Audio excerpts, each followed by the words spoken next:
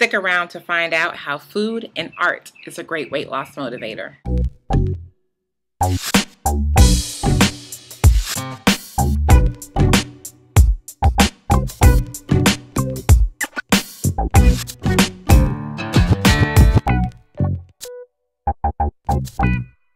Hey, it's Shelley Chapman of EatRelateLove.com, and you are tuned in to another Belly Breakthrough Q&A.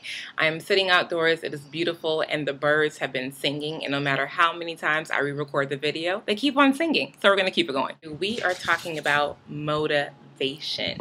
It's so challenging, especially when it comes to the relationship we have with food and the relationship we have with our bodies. Today's reader is Camille Swan, and she writes in, I have been chubby all my life. I have been on diets, but I always come back to my chubby self. I am 40 now, and the need is strong for me to lose this weight. I am sick and tired of being big. Could you tell me a great way to stay motivated? Camille, let's start with where you are now. Sick and tired. I'm a firm believer that a woman's emotional wellness is a gateway to her growth and her evolution.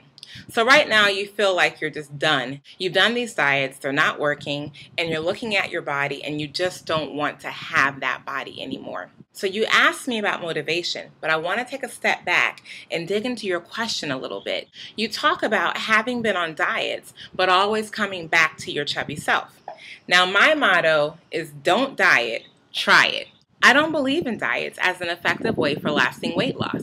Here's the thing about diets. The underlying premise is that in order for me to have something I want, i.e. a slimmer body, I have to deprive myself. The inherent issue with deprivation is that it is not our nature to starve or to deprive ourselves. Our nature is to expand, to grow, to look for the more. Having that understanding, it's easier to see that diets just aren't the most suitable way to achieve the lasting effects of having a body that you want. And it's clear by your question, Camille, that the diets haven't been working for you neither. So instead of looking at what you should cut out of your diet, instead look at what you can include in your diet. What foods can you add to your diet that will nourish your body and maximize your health? Here's my philosophy. If we got to the current size that we are by eating, we can also achieve the bodies that we desire by feeding ourselves foods that nourish healthy cells. With that being said, food becomes a great motivator because now it's not about what you're cutting out, but now it becomes what delicious foods can I add into my diet so that I can maximize my health and look great and fabulous in a body that I love. If you're anything like me, that's a great motivator. I look forward to mealtime and seeing how I can be more creative in the kitchen to create a delicious and nutritious recipe that's going to nourish my body. You also mentioned in your question that despite what you do, you always come back to your chubby self. When I read that, I could not help but think about lottery winners. You ever hear about that person on the news who hit it big with the lotto and then within 2 or 3 years, they were back to broke again? Let's just say that before they won the lottery, they were working a job that earned about $40,000 a year. So their default was, I make $40,000 a year. I spend as someone who makes $40,000 a year. So when they go to budget, when they make purchasing decisions, the mindset is of $40,000, not of a millionaire. So when they do win the lottery and they have access to all of this money, it doesn't switch their default. They just have more money to spend with a $40,000 mindset.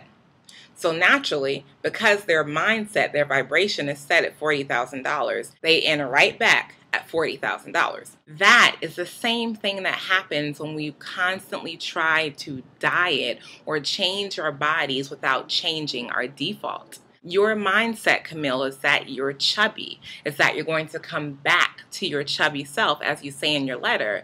Well then, despite whatever you do, you will always end up being chubby. So the question is, how do you change your default?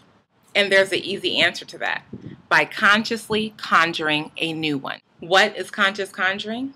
It's essentially a conscious daily action that you make to take steps towards your goal. In this case, your goal is to redefine what type of body you're allowed to have, what Camille's default is. One of the great ways to do that is by doing a body vision board, where you essentially cut out images and words that bring about the essence of your dream and you paste it somewhere where you can see it, ideally every day. It could be as someone that has a body that you admire. It could be the feelings that you want to feel in your body. But whatever it is, it's just a vision board dedicated to your body so that you can take in every day what it feels like to be in that space. By doing that, you begin to shift your default. So now, when you do make decisions around food or exercise, it's not being met with this negative default that says no matter what you do, you're always going to be fat, so whatever. Instead, the new default that you create begins to support your weight loss goals without being sick and tired. Thank you so much, Camille, for sending in your question. I do hope that you got a lot out of it.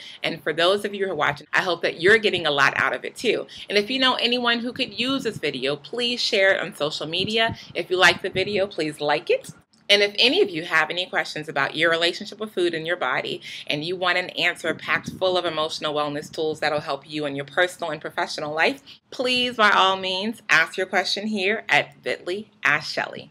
And I will see you all next week. Take care.